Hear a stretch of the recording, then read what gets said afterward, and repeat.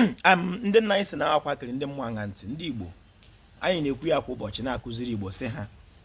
ọ kara gị mma na iji akụkọ ndị ọcha gwuo onye Igbo wayo karịa iji omenala Igbo gwuo onye Igbo wayo. Ọtụtụ mgbe ma ndị pastọ ma ọtụtụ ndị kpọrọ nwa ha dibịa na-abịa ha sị mmadụ na ha chi ikechi dị mmiri ha, ọtụtụ bịa ha sị ha chi ikechi nwaanyị mmiri mmadụ biko ihe bịara ka anyị tinye ọnụ n'ụbọchị nketa ebe anyị nọwara ala nri na nke aka ji ọfọ na ala nri. Nna anyị ukwu mma n'ugwu gị biko achọrọ m ka ịtụpụtụrụ ndị Igbo ọnụ n'ihe gbasara dị mmiri na nwaanyị mmiri a ma ọ bụ ihe a na-ekechi nwa ekechi ka ọ bụ ihe a na-edozi edozi ka ọ dịrị mmadụ na mma. Daalụ ji ọfọ kasa jide ka iji mma onye Igbo ọbụla asị ha jide ka o ji ịma na ka o jide mma mana eziokwu. Ife nrapụ Lagos ebe m bi wee sị ka nnata ala Igbo ka ndozi Igbo n'ihe niile a nọgoro ọgụ almost something years na ife gbasara omenala Igbo nkụzi na ihe niile enwebeghị ndị Igbo mere appreciate even one with one relief basket maka na amụma mara m ama eji akpọrọ m prophet nwere ife ma emefuru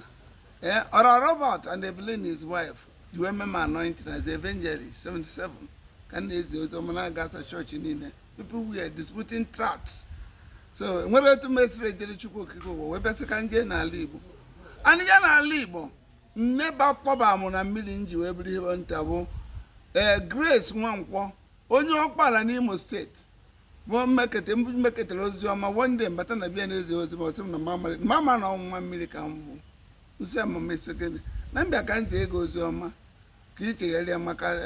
maka trumpet na trumpet very oge na trumpet ya ebe ọkpụkpụ niile ebirie nwaanyị na-ede ma ya mụwa mma ọzọ m bịa ka eji emozi nsị nnekere ụdị ọsị mbakwa esi ego ozi ọma chọọ nna m ọsị mbịa mụti ego ntị ya na ntị m ntinye ntị ya na ntị nụ ka a na-eme mmiri nnukwu mmiri eme wuu a na-ekwu okwu ọsị m na ọkwanụ ndị mmiri na ihe nji wee na-enwe maka na nwa onye mmiri ịta ka nwaanyị ya ji wee kwuchi okwu sị mama nsị ahụ ihe na-emenụ ọsị m na m bụ onye mmiri o wee doro m ọdụ ọsị m bịa ka ije na beach enwe beach nọ mgbe etikpọbeghị nke a kpọ Victoria Land bụ Sanfield ka a na-agba enwe nnukwu mmiri dị ebe ọsị ka mụ na ya gbalụ akịrịkụ mụ na eji etu okporo kwụsị m bịa ka ịba mmiri ụjọ na-atụ m isi kerekwere m wee pete ka ife dị ya ife something exist when I exist I saw Mohammed ọ bịagoro enwere etu esi akpọpụta ndị mmiri kpọgoro egwu osimiri ya yi oyi anyị osimiri n'anyị osimiri na-achọ ndị ọma emekasị amakịlị si n'owu a tombo si na amakịlị si n'owu tombo adịghị ya fọsiri amakịlị nwụghị ya fọsiri amakịlị ụkpọwa n'okwu invocations osimiri nna anyị ọ bụrụ emekata ije na mmiri kwanye ngwongwo kwenye mmiri na mgbere si na ị na-eme ife mmiri edozite egbo m ihe mma akụziri Igbo etu esi eme ihe ndị mmiri ka ị gwara anya gịfụ ihe dị iche ọ bụrụ nkwa ngwongwo kwuche na mmiri kpọrọ ebunu duwi na mmiri gbuo ọbara na mmiri ọbara mmiri sọrọ iwu na ọbara ana m akụ aka ndị Igbo na-aghọta ebe m na-aga na etu nkụzi m si aga mmadụ ajụjụ ịjụ m mmadụ enwere ike n'ụwa onye ahụ gwara gị ebe onye asị gawo maka ndị skam nọ na dibịa rinne enwere ezigbo dibịa nọdịn ọ ka fọ fiu nwa obere fiu ka fọ ndị akụrụ ọfọ etu a mụnwa bụ dibịa ọ mere dibịa meruo n'isi n'Imo steeti mee duru mee ọzọ dibịa tụọ anya n'oke nkwụ tụọ anya ọrụ dibịa tụọ m anya ezuru m oke mana Imo nwere ebe manya na-agbakwasị ụkwụ n'ala Igbo kwuo okwu echizuru m echizu wee bịa narị wee chie ya so na-agwa ndị Igbo okwu kwa na-ege ntị maka na ajụ iji ajụ ka nkọwa onwe m ọfụma ka anyị na-asị na gabịa chọrọ usoro m kọba ihe a na-akọ ajụjụ jụrụ amaka enwere onye nọ n'ụwa dibịa ọbụla ma ọ bụ prọfet ma ọ pastọ ọbụla ma ọ dibịa sị gị na a na-ekechiri gị ndị mmiri adịghị ekechi ndị mmiri o ebu mpụta ụwa maka gịnị ị nwaanyị mmiri gị ma onye nwaanyị mmiri gị dịka esi na ị nwere onye mmiri ibe ihe emewu njeme ka o bụ gị dị ha mma njeme gịnị nsetụrụ ndị mmiri ka etu esi esetụrụ ndị mmiri mkpete gbuo mkpe ekwe ma ọ bụ na ha na-edistọbụ gị gbuo mgbe ekwe gị n'ikwegoro ndị mmiri ana nwaanyị mmiri gị oyibe ndị ka etu anyị na-asị were nke ha Jizọs mere sị were nke Siza nye Siza were nke ife were ife na ha na-eri ihe bụ ife ha na-eri chọrọ ha aja iweta ofe osisi tụnye na ana kpọkuo di mmiri gị kpọkuo nwaanyị mmiri gị sị taa biko na ị jụrụ ha ajụ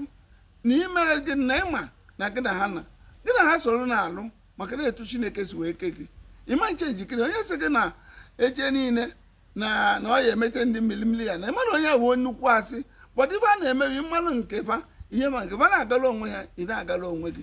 ịchọọ ndụbata n'ụlọ na ịchọgo ime efe mmiri ka ọ gị na ha na-adị na mma isebata ha ma were bụjọs bọtụl weta mmiri wit kandụl iruo isebata mmiri na mmiri ụtụtụ mgbe ilire n'ihe mgbe ị tara na-atụ isebata mmiri anatabeghị ịmụnyeli ọgụ doziele akọtin tinyele mmiri nke mma eji gosi ndị Igbo etu esi esebata ndị mmiri etu esi akpụbata ndị mmiri ka ha bụ nne edesivizi onwe ha ka ha bụ nna atụfuzi ego na aja na-atụbeghị ma na ọ bụrụ igbe onye mmiri ọ bụrụ dibịa agwagịrị igbe onye mmiri ndị mmiri ya agwagịrị igbe onye mmiri ọ bụrụ aba ya agwagịrị igbe onye mmiri ndị mmiri maara onwe ha a na-emekọtawa na-akọgheli na ha wee ọgbanje gwere ya na-agụ egwu ọgbanje si ọgabanje sirafa onye nwe ọgbanje bụ otu ya mụfasị na fakpacha fanwa faluo 18 years mbọsị ahụ egotere ba akwa ọfụ ma mbọsị ahụ ya na-amụ nwa na ya ya ana ọgbanje abụrụ ezigbo asụsụ ọgbanje abụrụ enetin ọgbanje dịbụ gboo a na-achụpụ ọgbanje ụfọdụ mgbe gboo mgbe ụka apụtabere rinne n'ala Igbo a na-ebubu ha mkpịsị aka ebubu ntụmechi ya na-emegoro mkpịsị aka tụnye na mmiri fama nlaghachizi azụ ụfọdụ na-agba ha nwa obere ọkụ were ha anwụọ ha anya ha n'ọkụ fapụtakwa ebe a gbara ha ọkụ ịhabịa ka egburu onye ka a na-agba mmekọta mmadụ a na-asịrị na ya wa ọgbanje abụrụ ndị mmiri ọgbanje wa otu kwerịkọta na oluo ogbede etu a na faya na-achite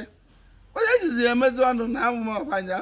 iwe ọgbanje kwuru kadịrị ndụ wee luo taa mma akọwara Igbo ọ gbara m ghalị this is my 35 years practice tradition ana ekpụba m na mmiri Grace Nwankwọ ọ lụrụ ụlọ n'ụlọ ọkpala onye nwaanyị kpụba m na mmiri were anya m fụ wee kpọọ ndị ọkịrịka salụmarụ mmiri nnọọ mgbede ete m edo ewere okwu mesi elu m nri mkpụrụ ụbọchị 10 fa na-esi na-arụ wee jeze na mmiri mee the last ceremony ọ nwaanyị kụziri m ihe gbasara mmiri nwaanyị India kụzielu m mmiri nke ndị India nji wee bụrụ mmụọ ndị India wee batakwuo niile maka etu esi agwọ ya etu esi ọdịmma nke mmadụ ọ bụrụ mbịa tụwa ego ifụnụwe ebe na-atụ ego na public bụrụ ebe mmere establish billionaire club ọ bụrụ dibịa ọ bụrụ ya bụ dibịa ọ dibịa mma akpata gị onye isi na wee wụọ gị isi akpatara gị onye afọ na-alụ igwe ọnya akpatara gị onye agbara ụta mmụọ nke mma akụzi echi na nwanne echi na nzugbodoro ike ụta mmụọ gbanyị na-akpata onye akpata ọ na-agagharị gị azụ kwere gị ezu ike ịkọwa etu esi agwa ụta mmụọ onye bụ dibịa onye bụ omenala so ife na-afụ juru m anya Arinze Chukwu na ife niile na-aba apụta ife mama nna m mama mpa daalụ mama biko Igbo mụrụ nze ma ọzọ ihe anyị na-ekwere maka ọdịmma ala Igbo ọ bụ ihe jọrọ njọ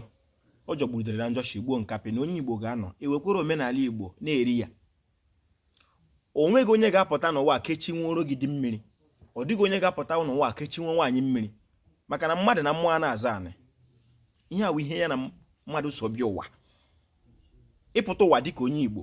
ndị mmiri na-enye gị nsogbu ga-enye gị oke ruru ha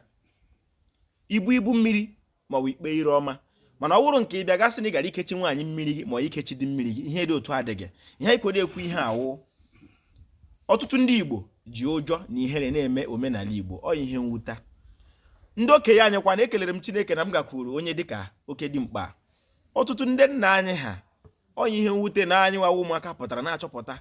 na nwa bekee jidi akụkọ ndị ọcha megharịa anyị anya na nke dị n'ala aka mma karịa nyere anyị nwawu mmadụ dịka ndị Igbo ị nwere dị mmiri gaa ka gị na ya dị na mma mere ya ihe ọ na-achọ ya bụrụ na ịnwụ nwaanyị ị nwere dị mmiri o nwere ihe ị kwesịrị imere ya ya bụrụ na ịbụ nwoke ị nwere nwaanyị mmiri mana ọ bụrụ nke nkechi ihe dị otu adịrọ